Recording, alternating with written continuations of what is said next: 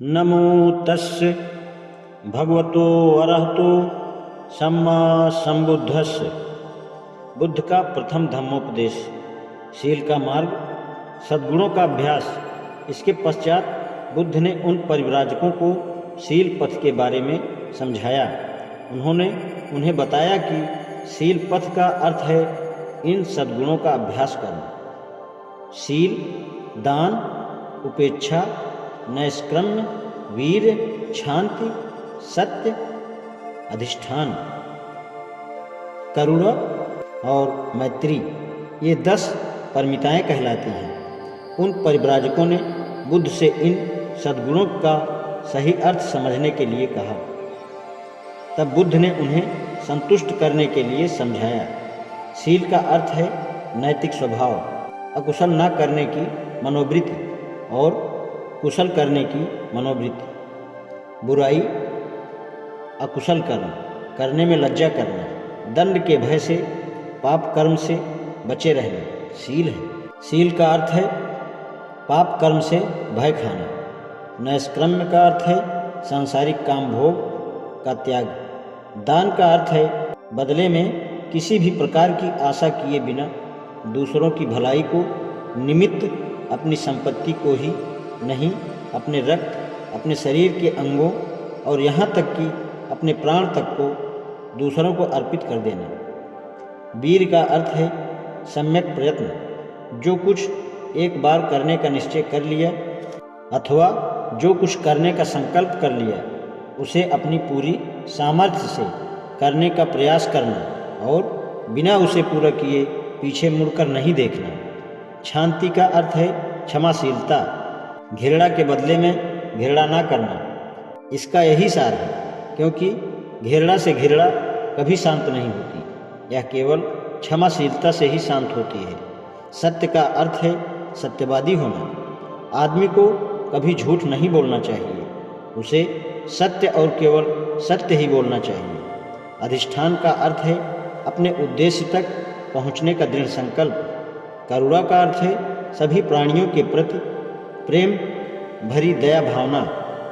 मैत्री का अर्थ है सभी प्राणियों के प्रति मातृत्व भावना रखना, न केवल मित्रों के प्रति ही बल्कि शत्रुओं तक के प्रति भी, न केवल आदमी बल्कि सभी प्राणियों के प्रति भी। उपेक्षा का अर्थ है अनासक्त, जो उदासीनता से भिन्न है। यह चित्त की वह अवस्था है जिसमें प्रिय अप्रिय कुछ नहीं है, फल कुछ भी हो उससे निरपेक्ष रहना और लक्ष्य की ओर बढ़ते रहना ही उपेक्षा है। आदमी को इन सद्गुणों का अपनी पूरी सामर्थ्य के साथ अभ्यास करना चाहिए, इसीलिए उन्हें परमिता कहा गया है। बुद्ध का प्रथम धम्मोपदेश समापन। धम्मचक्र परिवर्तन व्यक्तिगत पवित्रता की अच्छाई की आधारशिला। अपने धर्म का उपदेश देकर और उसकी सम्यक व्याख्या करके बुद्ध ने परिव्राजकों से पूछा, क्या व्यक्तिगत पवित्रता ही संसार में अच्छाई की आधारशिला नहीं है? उनका उत्तर था, हाँ, यह ऐसा ही है जैसा कि आप कहते हैं। और फिर बुद्ध ने पूछा, क्या ईर्ष्या, राग, अज्ञान, अविद्या, हिंसा, चोरी, व्यभिचार और असत्य व्यक्ति पवित्रता को दुर्बल नहीं बनाते हैं? क्या व्यक्तिगत पवित्रता के लिए यह आवश्यक नहीं है कि अपेक्षित चारित्रिक बल को उत्पन्न किया जाए कि वह इन बुराइयों पर नियंत्रण रख सके? यदि किसी आदमी में व्यक्तिगत पवित्रता ही नहीं है तो वह जन कल्याण में कैसे सहायक हो सकता है?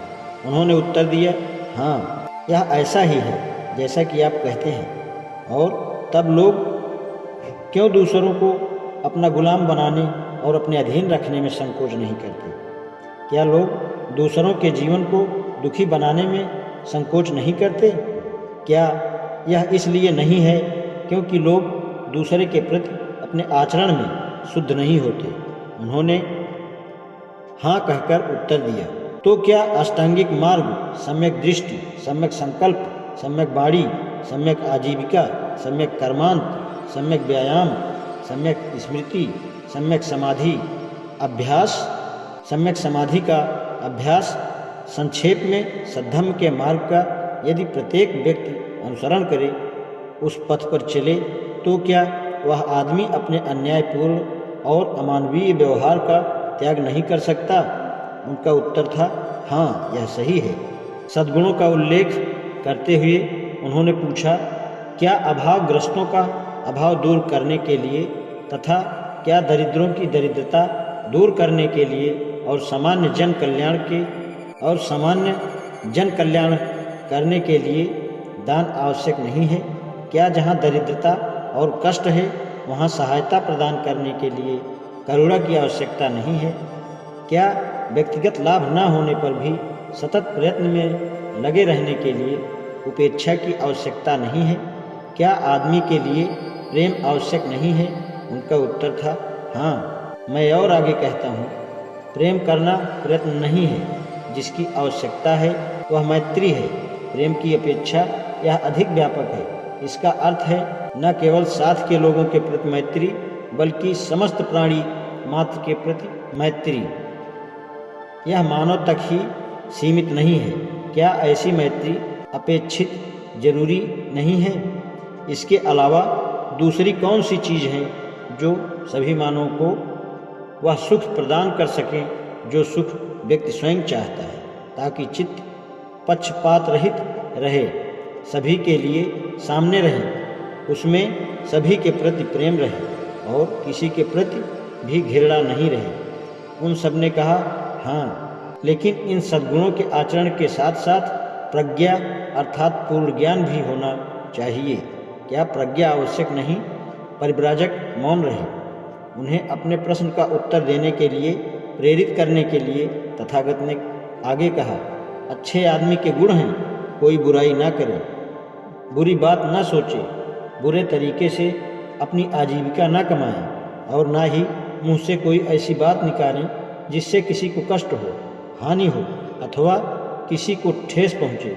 परिव्राजक बोले, हाँ, यह ऐसा ही है। बुद्ध ने पूछा, लेकिन क्या सत्कर्मों, अच्छे कर्म को बिना सोचे समझे आंख बंद करके करना ठीक है? मैं कहता हूँ कि नहीं, यह पर्याप्त नहीं है। बुद्ध ने परिव्राजकों से कहा, यदि यह पर्याप्त होता तो हम एक छोटे बच्चे के बारे में घोषित कर सकते थे कि वह हमेशा अच्छा करता है, क्योंकि अभी एक छोटा बच्चा यह भी नहीं जानता कि शरीर क्या होता है। वह लात चलाते रहने के अतिरिक्त शरीर से और कर ही क्या सकता है।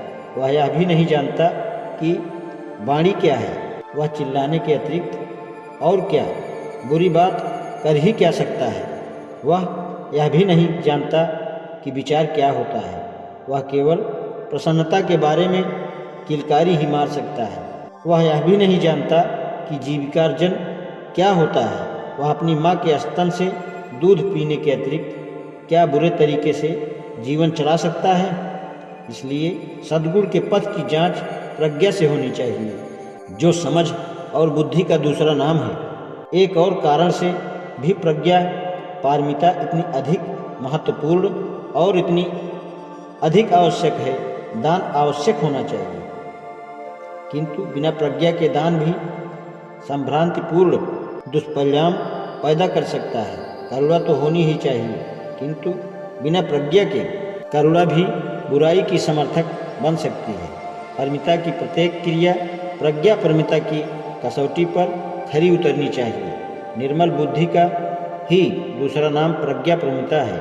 मेरी स्थापना है कि इस बात का ज्ञान और बोध होना चाहिए कि अकुशल कर्म व आचरण क्या है और इसकी उत्पत्ति किस प्रकार होती है। इसी तरह इस बात का भी ज्ञान और बोध होना चाहिए कि कुशल कर्म तथा अकुशल कर्म क्या है।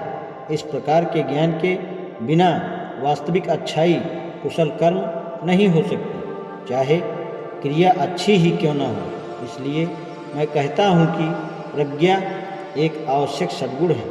तब बुद्ध ने परिव्राजकों को इस प्रकार की चेतावनी देते हुए अपना प्रवचन समाप्त किया। हो सकता है कि तुम मेरे धम्म को निराशावादी धम्म कहो, क्योंकि यह मानव जाति का ध्यान दुख के अस्तित्व की ओर दिलाता है। मेरा तुमसे बस यही कहना है कि मेरे धम्म के बारे में ऐसी धारणा का होना गलत होगा। निस्संदेह मेरा धम्म दुख के अस्तित्व को स्वीकार करता है, किंतु यह न भूलो कि यह उतना ही जोर उस दुख के दूर करने पर भी देता है। मेरे धम्म में आशा और उद्देश्य दोनों ही निहित हैं, और यह अपने में आशा का संदेह भी है। इसका उद्देश्य है अविद्या, अज्ञान का नाश, जिससे मेरा अभिप्राय है दुख के अस्तित्व के संबंध में अविद्या का होना। इसमें आशा विद्यमान है, क्योंकि यह मानवीय दुख के नाश का मार्ग बताता है। तुम इससे सहमत हो या नहीं? परिव्राजकों ने कहा, हाँ, हम सहमत हैं। आज इतना ही। नमो बुद्धाय।